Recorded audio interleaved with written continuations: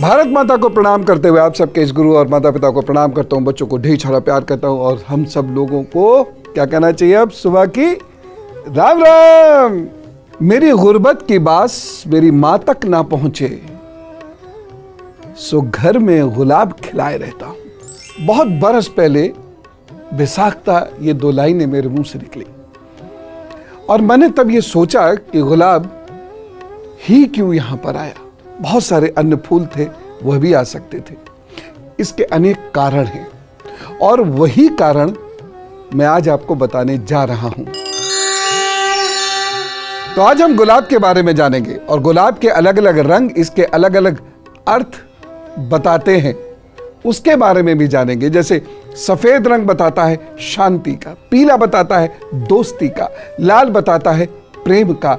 और गुलाब के औषधीय गुण क्या हैं, गुलाब के ज्योतिषीय गुण क्या हैं, एक तो बता दिया, और क्या है ये सब हम जानेंगे। और आपको तब पता चलेगा कि जो गुलाब हम भेंट में लेते और देते या देखकर खुश हो जाते हैं, आह्लादित हो जाते हैं, वह गुलाब कितने काम का है। इसीलिए मैंने कहा था कि जब खिलता है, टहनी पे लगा हुआ होता है, तो ये जिया भरमाता है, उत्साह, एक अनुपम, एक अजीब सी रुमानियत जहन में ले आता है। और ये जब टूट जाते हैं, इसकी पत्तियां जब बिखर जाती हैं, तब भी ये शफा बरसाता है, यानी ये हमें स्वास्थ्य देता है। गुलाब का वैज्ञानिक नाम है रोजा हाइब्रिडा। यह जितना सुंदर पौधा है उससे अधिक इसके औषधीय गुण होते हैं। गुलाब से इत्र बनता है, जल, गुलाब जल, जो इतने सारे रोगों की दवा है, इसकी हद नहीं अभी बताऊंगा। गुलकंद,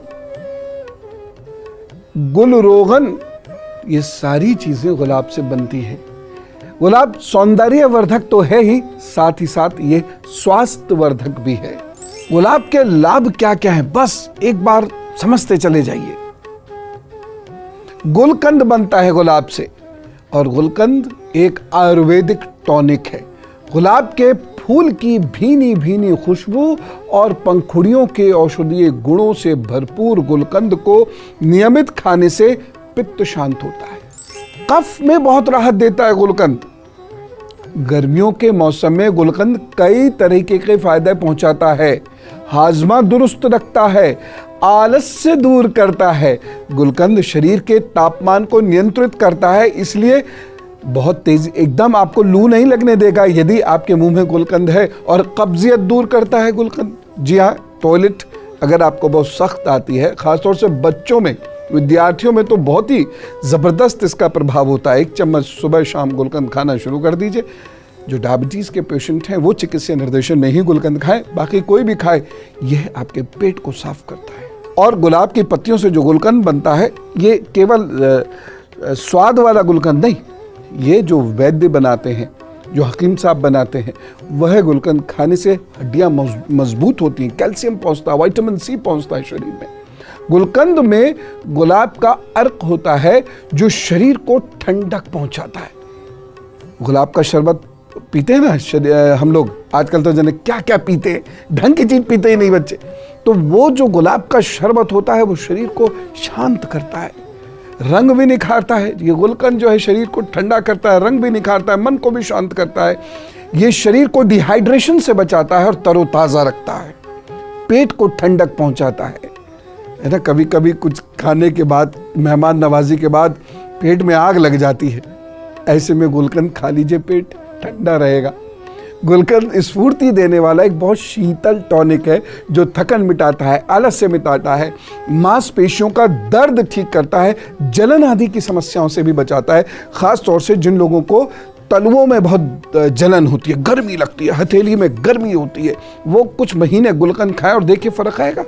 एक और चीज है, पसीने की दुर्गंध को दूर करने के लिए गुलाब की ताजी पंखुड़ियों को थोड़े से पानी के साथ पीसकर 1 गिलास पानी में उसको मिलाकर शरीर पर ऐसे ऐसे ऐसे ऐसे लगाइए, 5-10 मिनट छोड़ दीजिए। थोड़ी देर बाद चाहे तो स्नान कर लें, नहीं भी करें तब भी धीरे धीरे दुर्गंध दूर होती चली जाती है। एक और चीज आपको गुलाब की बताता हूं, 10 से 15 गुलाब की पंखुड़ियां साफ कर लीजिए 1 गिलास पानी में इन्हें डालकर खूब अच्छे से उबालिए। तब तक उबालिए जब तक पानी का रंग भूरा या गुलाबी सा ना लगने लगे, गाढ़ा गाढ़ा, बहुत गाढ़ा गुलाबी सा ना लगने लगे, तब तक इसको लगातार उबालते रहिए। फिर इसमें 1 चुटकी इलायची पाउडर डालिए और स्वाद अनुसार इसमें थोड़ा सा शहद मिला दीजिए। अब इसे छानकर या ऐसे ही चाय की तरह दिन में 2 बार लेना शुरू करिए। क्यों? वजन घटने लगेगा, शरीर सुंदर दिखने लगेगा। भाई अगर आपको लगता है कि आपका वजन कम होना चाहिए और आप बहुत स्मार्ट दिखें तो ये करिए, आपको बहुत फायदा होगा। और क्या होगा इससे थकन दूर होती है। यदि आप स्ट्रेस्ड हैं, तनावग्रस्त हैं, तो वह तनाव दूर होगा, आपका मस्तिष्क शांत होगा, मस्तिष्क में ताकत आएगी जिससे आप तनाव को झेल सकते हैं। वो जो गुलाब खिलता है गमलों में या खिलता है क्यारियों में, उसे देखकर हम इतने खुश हो जाते हैं, या उन जगहों पर बाकायदा घूमने जाते हैं जहाँ गुलाब खिलते हो। लेकिन यह आकर्षक क्यों है, इसका दूसरा कारण भी मैं आपको बता रहा हूं जो स्वास्थ्य से संबंधित है। जरा और गौर से सुनिए। गुलाब में ना केवल एंटीसेप्टिक और एंटी फंगल गुण हैं, बल्कि ये लेक्सेटिव और ड्यूरेटिक गुणों से भी भरा। इसीलिए चेहरे पर इसको लगाने से चेहरा खिलने लगता है।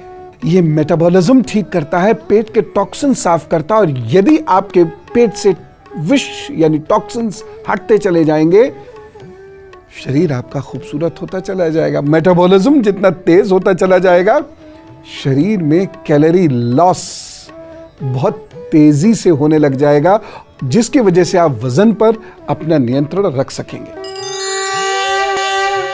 जागते हुए तो जो स्फूर्ति देता है सो देता ही है।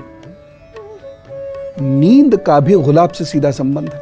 नींद ना आती हो या तनाव रहता हो तो सर के पास गुलाब रखकर सोइए, अनिद्रा की समस्या दूर होगी। खास तौर से लाल गुलाब रखिएगा।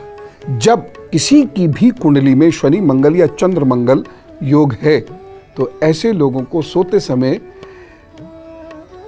मिट्टी के बर्तन में थोड़ा जल भर के ढेर सारी गुलाब की पंखुड़ियां डाल के रखनी चाहिए। धीरे धीरे, एकदम नहीं होगा, धीरे धीरे धीरे धीरे तनाव झेलने की शक्ति बढ़ती जाएगी। मैं ये बिल्कुल नहीं कह रहा हूं कि तनाव वाली परिस्थितियां खत्म हो जाएंगी, तनाव झेलने की शक्ति बढ़ जाएगी, जिससे विवेक जागृत होगा। और जिस व्यक्ति का विवेक जागृत हो गया और प्रभु की कृपा प्राप्त उसने कर ली, तो वह तनाव को वैसे ही पीट देता है और आप सौभाग्यशाली बन जाते हैं। ठीक है ना, बिना कर्म कुछ नहीं होता है। लेकिन इससे नींद अच्छी आती है, ये तो तय है। अर्जुन की छाल और देसी गुलाब मिलाकर पानी में खूब अच्छे से उबाल लीजिए, ये काढ़ा बन जाएगा।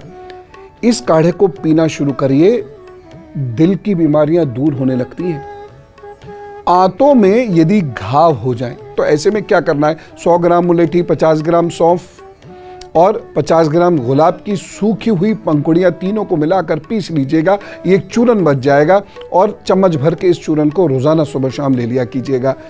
देखिए, पित्त तो बनेगा क्योंकि वह तो जुड़ा हुआ है रूटीन से और kind of food that you take, लेकिन आपका पित्त शांत होने लगेगा, इसलिए आंतों में घाव नहीं होगा। नहीं तो जिन लोगों को एसिड बहुत बनता है ना, वो धीरे धीरे आंतों पर जमता है और छाले डाल देता है, घाव हो जाते हैं, बड़ी पीड़ा होती है। इससे बचने के लिए ये कितना सरल सा चूरन है और टेस्टी भी है। और चाहे तो आप थोड़ी सी मीठी सौंफ कर दीजिए इसमें या मिश्री कर दी तो और टेस्ट बढ़ जाएगा। यदि आप कहीं तेज धूप में जा रहे हैं तो त्वचा पर गुलाब जल छिड़कने से धूप का असर नहीं पड़ता। थक गए तो मुंह पर भी गुलाब जल ऐसे फिश फिश फिश कर लीजिए। वो जो होता है ना छोटा सा फाउंटेन, गाड़ी में रखिए, फिश फिश फिश, एकदम बहुत देर के थके हुए लेकिन किसी खास व्यक्ति से मिलना है या कोई विशेष काम करना है, गुलाब जल छिड़किए और एकदम ऐसा लगेगा कि थके ही नहीं थे, एकदम फ्रेश। गुलाब जल एक कीटाणुनाशक है। इसके प्रयोग से छोटे छोटे कीटाणुओं का नाश हो जाता है, जिससे शरीर से बदबू वगैरह भी दूर होती है। इसको लगाने से धूप की वजह से होने वाले नुकसानों से बचा जा सकता है, साथ साथ पेट भी इसलिए ठीक रहता है। गुलाब जल के अंदर ऐसे तत्व पाए जाते हैं जिसकी वजह से आपके चेहरे के बंद रोम छिद्र साफ होने लगते हैं। इन रोम छिद्रों में तेल और गंदगी छुप जाती है, ठीक है ना।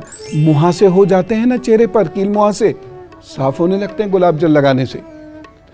ठीक, चेहरा चमकदार होगा, धीरे धीरे साफ होते चले जाएंगे। रोज सुबह चेहरा धोने के बाद 1 चम्मच गुलाब जल में नींबू की कुछ बूंदें मिला लीजिए और हल्के हाथों से ऐसे ऐसे लगाकर कुछ देर अपना टहलिए वहलिए और फिर धो लीजिए। जो प्रदूषण की वजह से या बीमारी की वजह से अगर आपकी स्किन पे या मेकअप की वजह से कालापन आ रहा है, वह कालापन कम हो जाएगा। मुहासों के पुराने दागों पर नियमित गुलाब जल शहद मिलाकर लगाने से ये दाग धब्बे भी दूर होने शुरू हो जाते हैं। और अब श्रावण मास का गुरु मंत्र, सावन का महीना है तो रोज श्रवण करना है। किसका? भगवान शिव की किसी कथा का, किसी प्रसंग का। आध्यात्मिक दृष्टि से अनेक पेड़ पौधों का काफी महत्व है और ऐसा ही एक वृक्ष है रुद्राक्ष। रुद्राक्ष के दर्शन और स्पर्श मात्र से पापों का विनाश होता है। लेकिन यह रुद्राक्ष उत्पन्न कैसे हुआ, यह कथा सुनना चाहेंगे? इसका वर्णन शिव पुराण में मिलता है। भगवान शिव ने मां पार्वती को रुद्राक्ष की महिमा बतलाई है। एक बार भगवान शिव घोर तपस्या कर रहे थे। एक दिन उनका मन क्षुब्ध हो गया और उन्होंने लीलावश अपने नेत्रों को खोल दिया, जिसके बाद उनके नेत्रों में कुछ जल की बूंदें आ गई, आंसू आ गए, वह गिरे। आंसू की इन बूंदों से रुद्राक्ष उत्पन्न हुआ। रुद्राक्ष भगवान शिव के आंसुओं से उत्पन्न हुआ है, इसीलिए इसको शिव का अक्ष कहते हैं, रुद्र का अक्ष कहते हैं। यह भगवान शिव को बहुत प्रिय है। रुद्राक्ष 2 शब्द रुद्र और अक्ष से मिलकर बना है। रुद्र का जो अर्थ है वह है दुखों का नाश करने वाला और अक्ष का अर्थ है आंखें। अर्थात रुद्राक्ष शिव के नेत्रों से निकलती हुई पीड़ा को हरने वाली वह दृष्टि है जो मनुष्य को उसके समस्त कष्टों से दूर करके पुरुषार्थ चातुष्ट के मार्ग पर लाकर मोक्ष प्रदान करती है। ये पीड़ा हरण करने वाला है। शिव जी की आज्ञा से रुद्राक्ष 4 वर्णों में भूतल पर प्रकट हुआ था।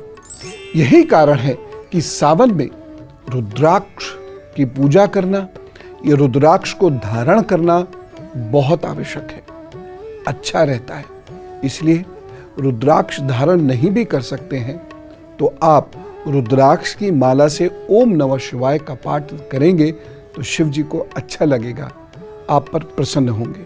सावन है, शुभ है, शिव की कृपा है। इन्हीं की बातें कल हम करेंगे। आज आप बहुत सुखी रहिए, हंसिए। जैसे गुलाब महकता है और बरकत देता है, मैं प्रभु से प्रार्थना करता हूँ ऐसे ही बरकत आपकी जिंदगी में अपनी जगह बनाए रखे। ना आप निराश हो, ना हताश हो, ना कभी दरिद्रता और रोग आपको छुए। इस प्रार्थना कामना के साथ आज्ञा लेता हूँ। चलो, राम राम, नमस्कार।